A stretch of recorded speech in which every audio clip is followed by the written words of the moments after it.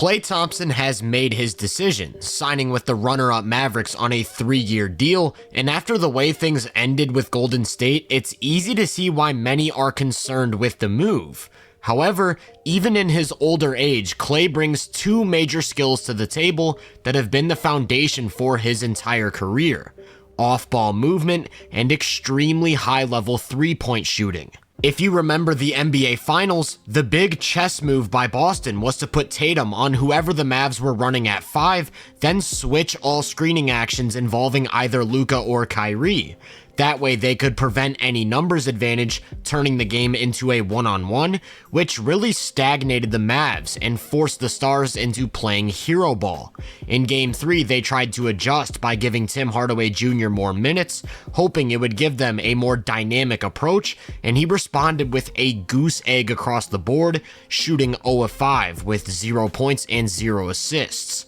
I really liked the line of thinking though. If your standard pick and roll game isn't creating advantages in the way it typically does, having a fallback option like lateral action is a great way to keep the defense moving, and Klay Thompson brings that to the offense more than about 99.9% of NBA history. Whether it's a down screen, a cross screen, a handoff, using him as the screener, playing in a motion offense for more than a decade is bound to teach you some things about moving without the ball.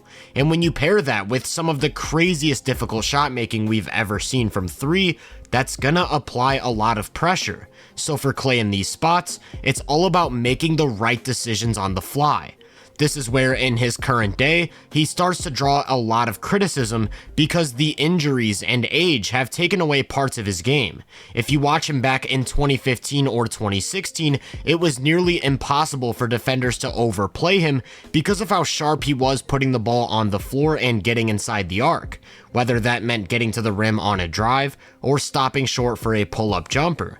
And if they tried to deny him the ball altogether, he'd counter with some of the best timed cuts you've ever seen. These days, he isn't nearly as agile with his lateral movement or explosive when looking to drive, and with an already limited handle, that's turned him into one of the league's least efficient two-point scorers. If we take a look at his volume of attempts at the rim since entering the league, you'll see that he went from a guy who would take 3 to 4 shots at the rim every 75 possessions to now barely getting over 1, and it's the same story with his free throw rates. He's never been very good at getting to the line, but over the last 3 seasons, he hasn't even been able to get over 2 free throws a game, which for an 18 to 20 point per game scorer is historically low.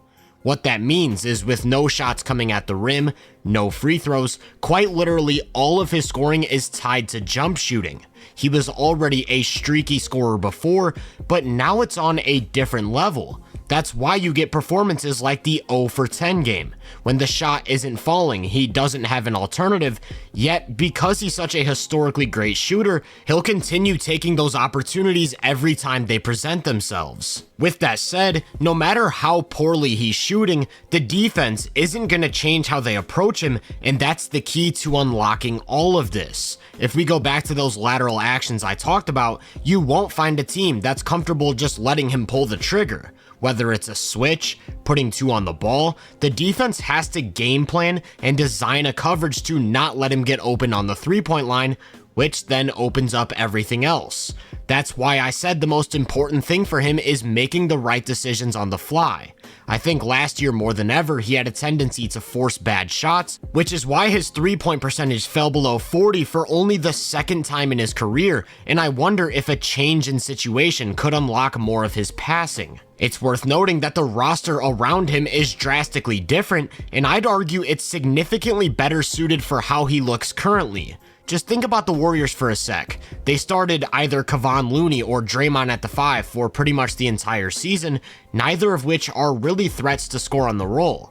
I'd argue Klay had his best results when playing next to Trayce Jackson-Davis, a legit athletic finisher. And now he's always going to be on the floor with one of Lively or Gafford, 2 of the best interior finishers this game has to offer.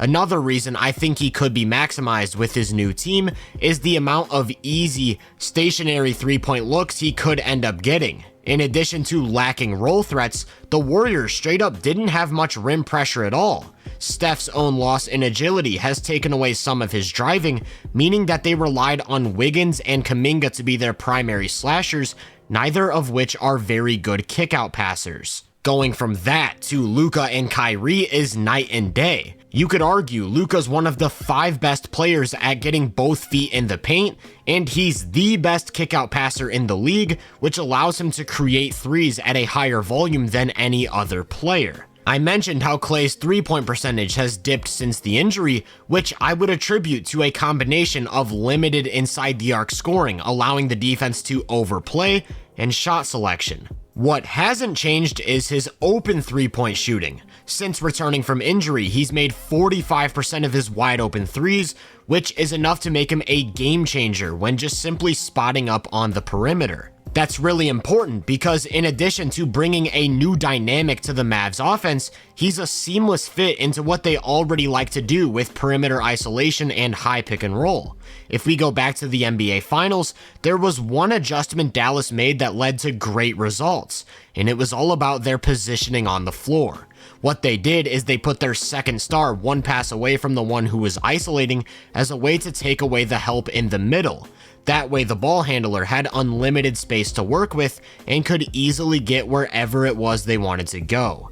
Think about how Klay fits into that equation. With him one pass away, the defense definitely can't help, and that's really important because Kyrie and Luka relied on each other to be their best shooters. Guys like PJ Washington and Derrick Jones came up big when needed, but they aren't legit threats from three and often get left open, which clogs up the lane. Having not just a three-point threat, but one of the best ever who's constantly moving and knows how to fill out space completely changes everything. So when it comes to the offensive side of the ball, Klay Thompson is a total game changer. He brings a new dynamic to their system with his lateral movement and unique way of creating advantages while adding all-time shooting and floor spacing to their already difficult to guard scheme. Don't overthink it. Yes, he's regressed, and yes, that level of shot making from the perimeter is always going to bring value. Where I'm personally a bit worried is how this works on defense. Because remember, he's going to be replacing Derrick Jones in the lineup, who was their go-to point of attack guy all season long. This is where he's been affected most by the injuries. He went from an all-defensive guy to someone who may not even be considered a positive, and next to an already weak defensive backcourt, that could be cause for concern. I like that they brought in Najee Marshall and Quentin Grimes, two guys who can stick with guards, but particularly in the starting and closing lineups, there's a lot of pressure on Washington and either Lively or Gafford to pretty much clean up everything. That's because the three wings are going to struggle to contain dribble penetration. Klay's not quick enough laterally to stick with shifty ball handlers anymore. Then Luka and Kyrie, while improved, still aren't the type of guys you want matching up with lead creators. With that in mind, I think that's a pretty matchup dependent concern. Like against Boston, that driving is always going to be a problem, but at least it's coming from bigger wings and not quick guards because Klay's biggest defensive attribute is probably his strength. He can play up a position or two when needed because he's both sturdy and lengthy. Now, if you're facing Memphis with Ja, Minnesota with Ant, OKC with Shea, those are the types of players I don't think they'll be able to contain, and when the backline defense will be really stressed. However, it's all about the trade-off. You're losing some resistance at the point of attack to add a completely different layer to your offense, and from where I stand, I truly believe they got a decent bit better.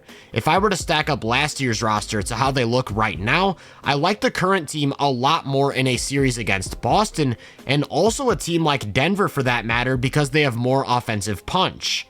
No, it won't be perfect, and there will be some rough stretches. Like I said, when you're reliant on the three ball like Klay is, tour dates are bound to happen. But in totality, I'm a huge fan of this move, and I can't wait to see the Mavs in action. If you enjoyed this breakdown, make sure to drop a like, subscribe, and turn my post notifications on to be first on more content. If you're interested in my more in-depth research, make sure to check out my website and social media profiles. You can find those links in the description. Feel free to let me know down in the comments what you think of the Mavs. As always, I hope you all have a great day, and I'll catch you guys in the next one.